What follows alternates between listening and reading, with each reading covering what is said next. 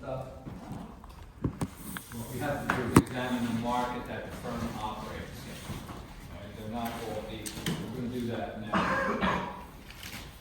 In the beginning of the semester, I talked about Adam Smith and the invisible hand, and the idea of how to create the wealth of a nation, and relying on free markets, and that free markets give us the best possible outcome. They lead us to use our resources as efficiently as they can be used. However, that's all based on everything being competitive. If you have any market imperfections, if you have a monopoly, if you have an oligopoly, if you have a monopsony, if you have public goods, those are all market imperfections. And if they exist, you will not get the best possible outcome. So what we want to try and do, we're going to begin with the assumption of perfect competition, the way Adam Smith viewed it. We know that that's not the real world, though, right? But what that does is it gives us a yardstick. Here's what's the best we could do, right? And here's how the market reacts. And then what we're going to do is take the real world and compare it to that yardstick. And we're going to see what's the impact on the consumer, on consumer producer welfare, on the economy. And we'll examine issues that are real, can be real important in the next few years, like oligopoly. Do we really want these giant companies and even more industry concentration? Is that what we really want? That's what's going to happen. He's going to let them go wild. But we'll see, and we'll analyze what the impact is. All right.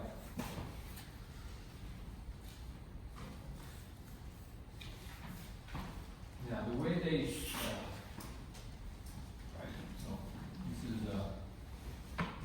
got what shot, this is, well, anyway, this is market structure. Got what the chapter number is. Okay. The markets, and this is not financial markets. Markets are divided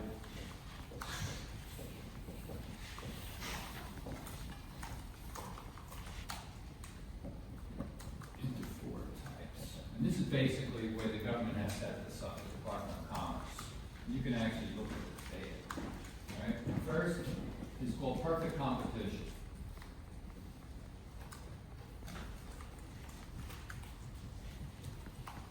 That's what we're going to do first. That's the way Adam Smith viewed the ideal situation. We call it Pareto model. Second case we'll look at is if there's a monopoly. You pretty much know what's going to happen if there's somebody has a monopoly on something, right? Consumer's going to get screwed. And what we'll find out is the way they make profit by holding back output. Not by producing more, but by producing less. The next one is called monopolistic competition.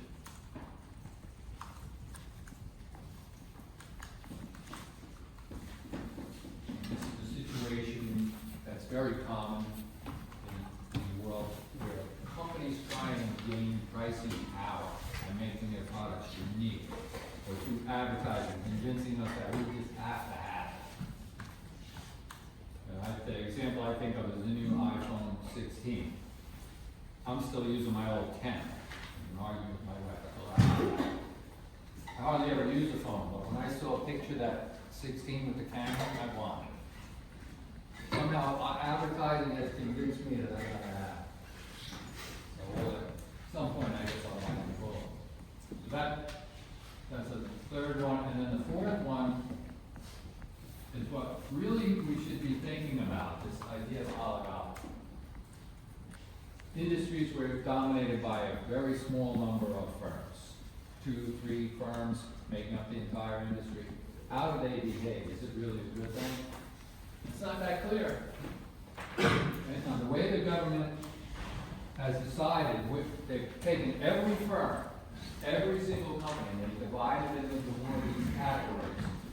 And you can look at the SEC code from the Department of Commerce to see which one they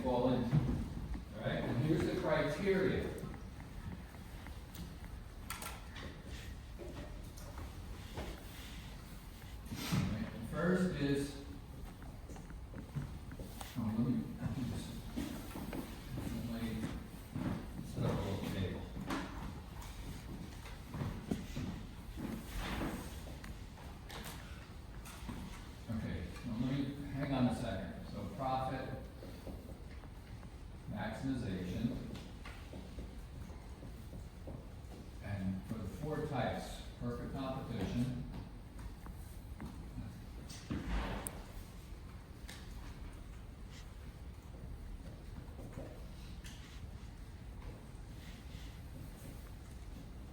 monopoly,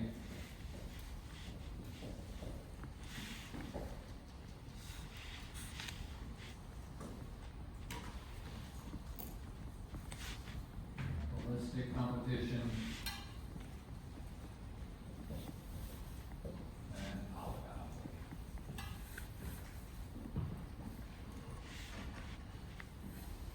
Alright, so here, profit is maximized for price equals marginal revenue equals marginal cost.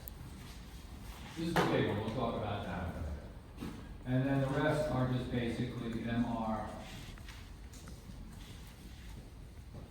equals MC.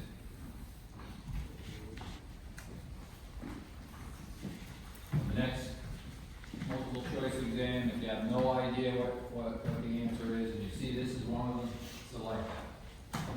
That always works. Ability to set price.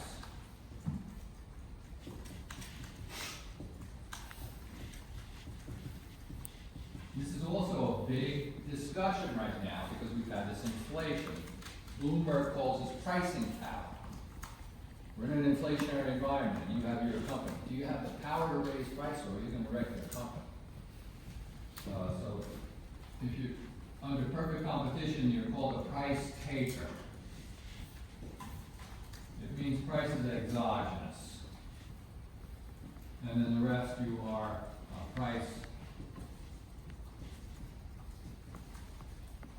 setter.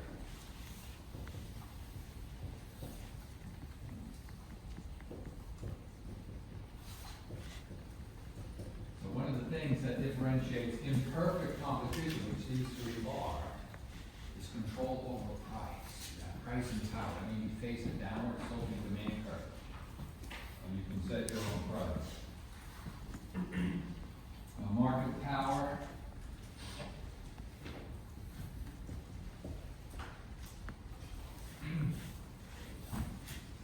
Price equals marginal cost.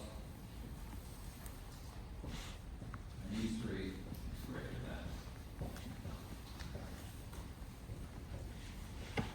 Which means the firm is able to earn above average profits. Entry means can new firms enter the industry and begin competing? Here we have free entry. Monopoly, obviously, there's no entry, no competition. This is limited. In the real world. This is these backwards. This is limited back here.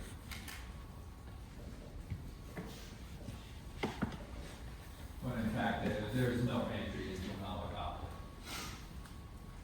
In that type of industry, if a new firm tries to step in, they'll either drive it out of business or they'll buy it out. And here it's limited. No, this is, again, free entry.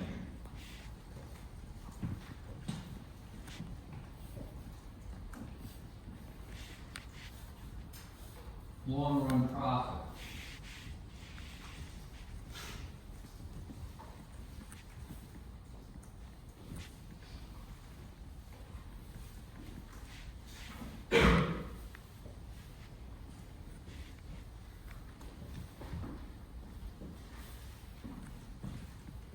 So in the long run, both monopoly and oligopoly, you can have profits that persist in the long run. Competition is not going to eliminate profit.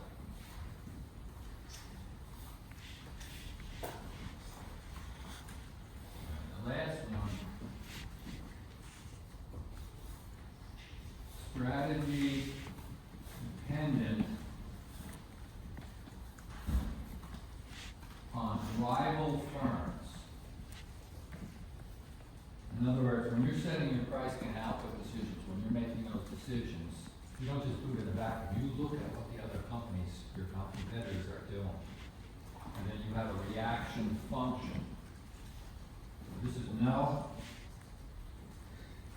This one has no rivals. And this is yes. And the models that we look at for oligopoly are real big in terms of this last one.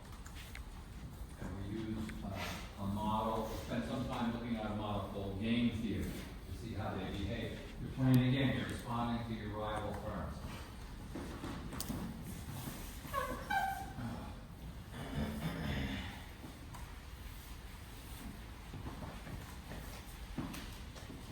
I made the mistake of watching the Jets game. They are so bad. They managed to lose the game in the last 1 minute. No Jets fans here?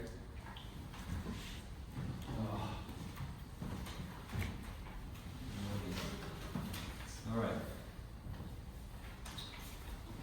We're going to start with perfect competition.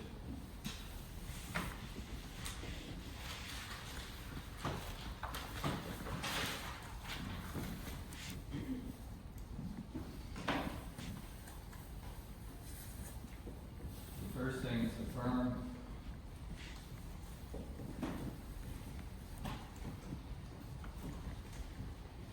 Is the price. What does that mean? It means that price is exogenous. That's a good term to throw in once in a while. Sounds like you know what you're doing. It means that it comes from outside. The firm does not set the price. It comes from outside. It's given. Right? It means that the firm faces a horizontal demand curve.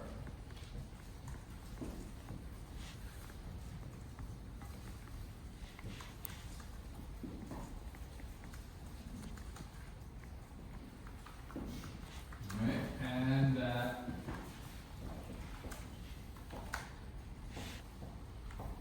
the market price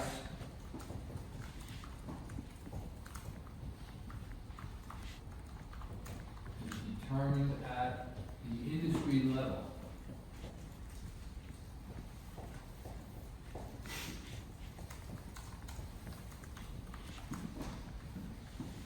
So the price is still determined by supply and demand, but it's at the industry level. All firms and all consumers.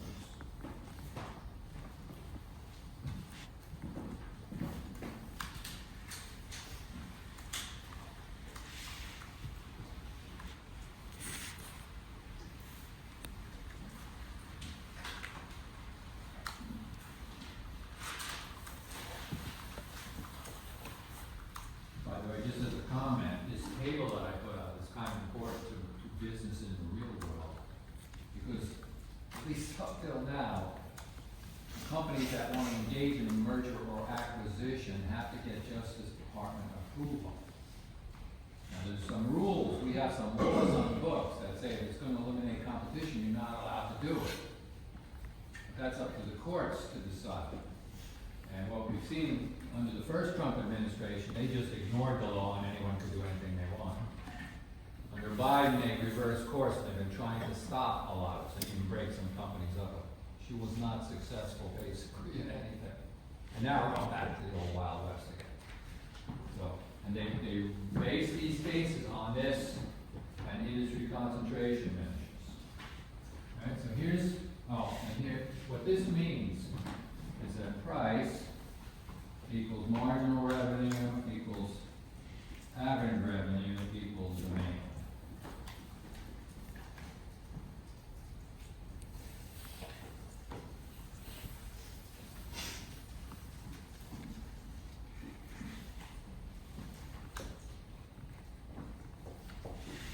All right, so this is at the market level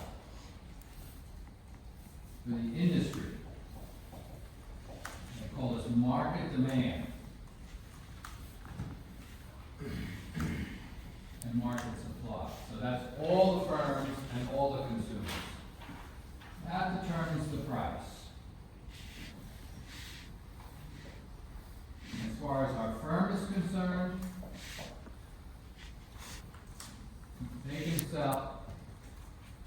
sell any amount they want.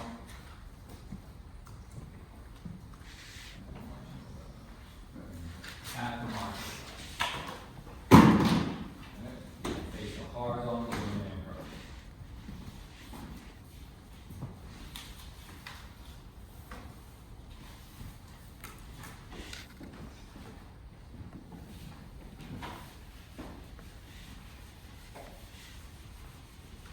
It's not easy for rooms today.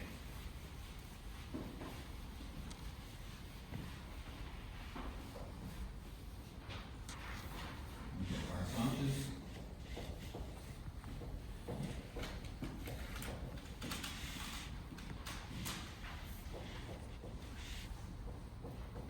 The goal of the firm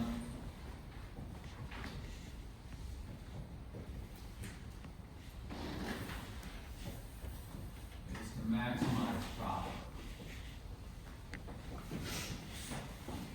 If you're an accountant, what you say is to maximize stockholders' equity.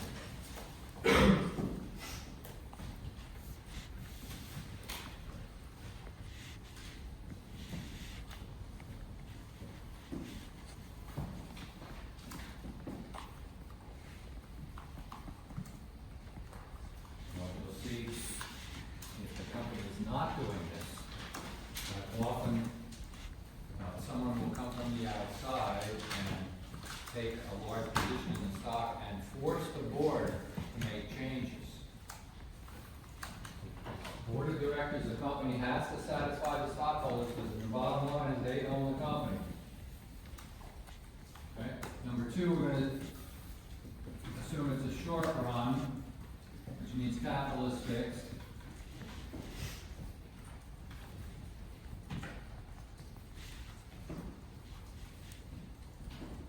Okay? And that profit equals total revenue minus total cost.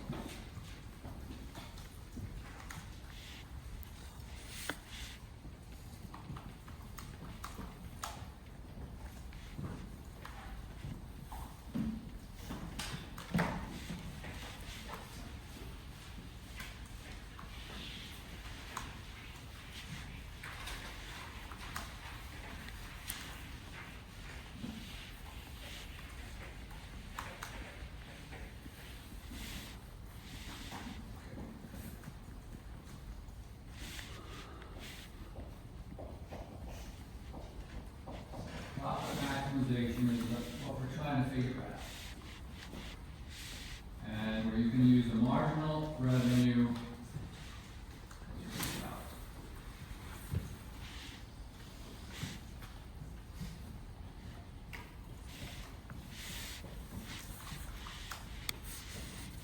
Marginal cost approach.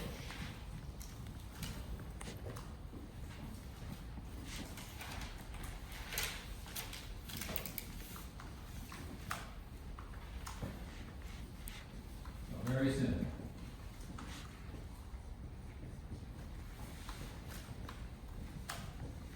Profit is maximized where marginal revenue equals.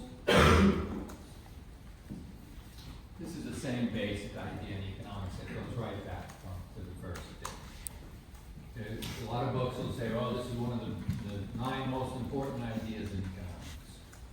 Marginal benefit versus marginal cost in all decision making, all types of decision making. When you make a decision, if the benefit, the marginal benefit, the additional benefit is greater than the additional cost, you do it, and that will increase your total benefit. If the marginal cost is greater than the marginal revenue, you don't do it. When you guys start setting up your own businesses, and a lot of you will, the goal is not to become as big as possible. Your goal should be to make as much money as possible. Being big does not necessarily lead to being more profitable. And we've seen that over and over again. A lot of companies that have become really big wind up not able to make a profit, and they have to divest themselves. It's going on right now. All right. So graphically then, there goes the data.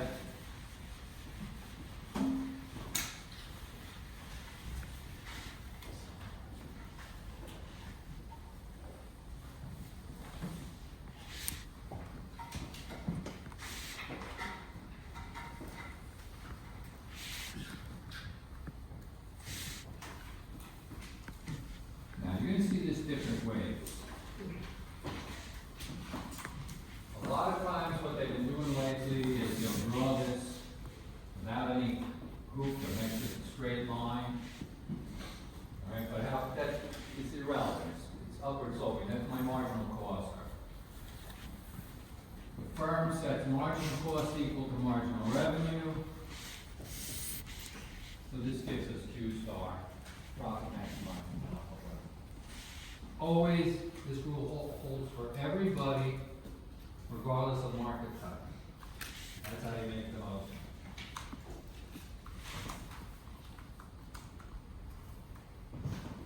Let's do.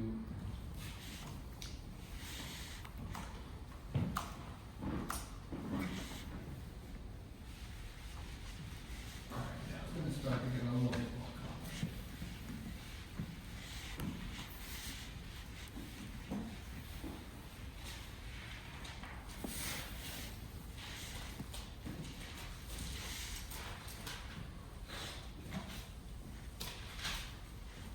Now, every firm faces the same cost structure. So we're gonna have, up here, I'm gonna have price, marginal revenue, marginal cost, average total cost, and average variable.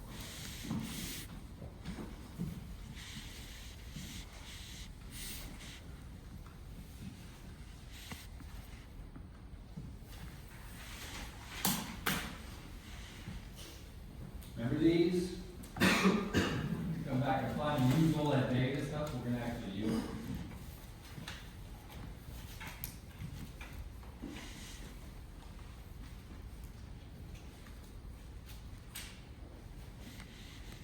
Okay.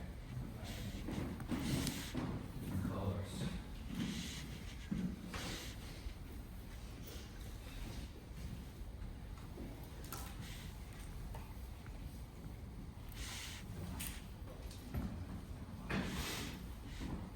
Okay, so every firm has the same basic cost structure. This is based on the production function. You can't get away from that, right? That's supply side. The question is then, if the price, in this case, comes from outside,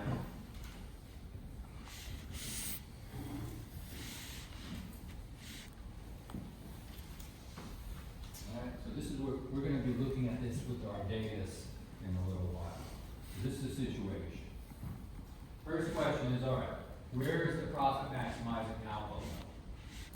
The rule is marginal cost equals marginal revenue.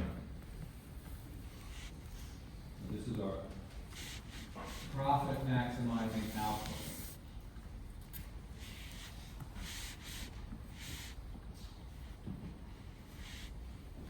Alright, if I take the point, and notice this does not necessarily occur here at the minimum average total cost.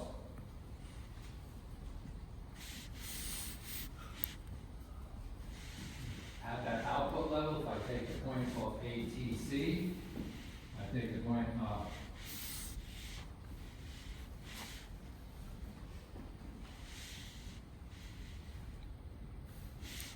okay, so riddle me this.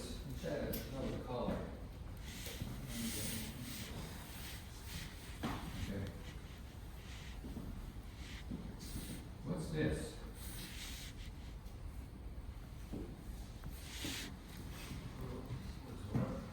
The area on the top rectangle that I shaded, what is that? To the left. Perfect. I'm gonna call it total profit.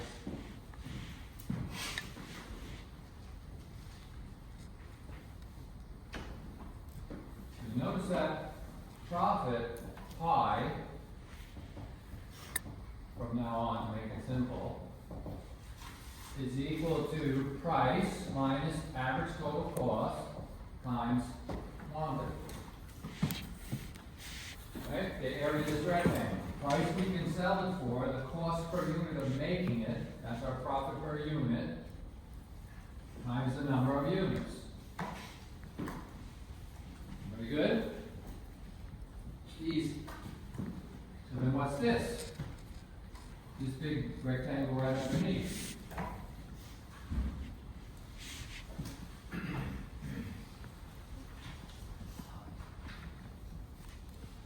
Any wild guesses? Anybody in the back who got 100? Okay, well, remember the difference between average total and average variable was average fixed cost. average fixed cost times quantity.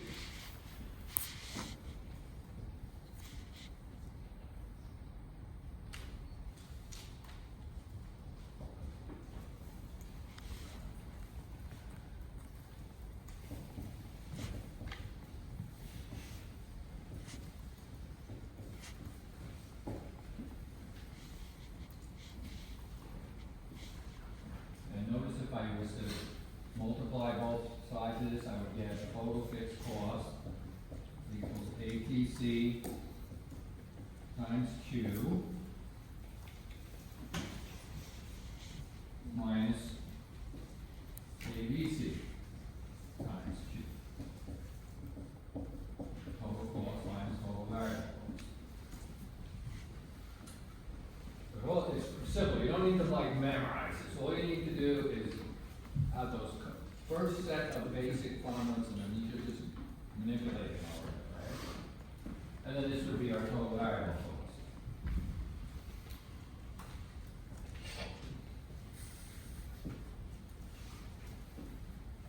Now what's this big one? How about this? This big box, this big baby right here, what's that? Total revenue. I'll take it though. I'll take it. Full top lines. Alright, so that's total revenue. So total revenue equals price times 100. That's the amount of money we take.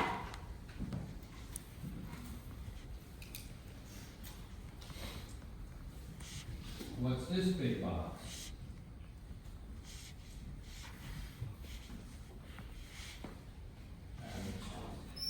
That's total cost. Right? Total cost, total revenue, the big box, minus total cost gets us profit.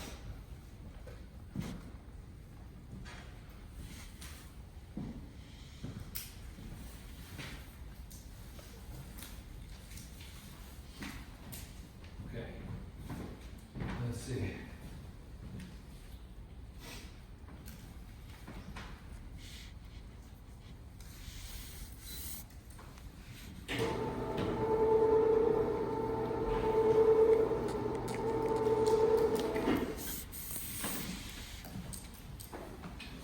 Second, get started here.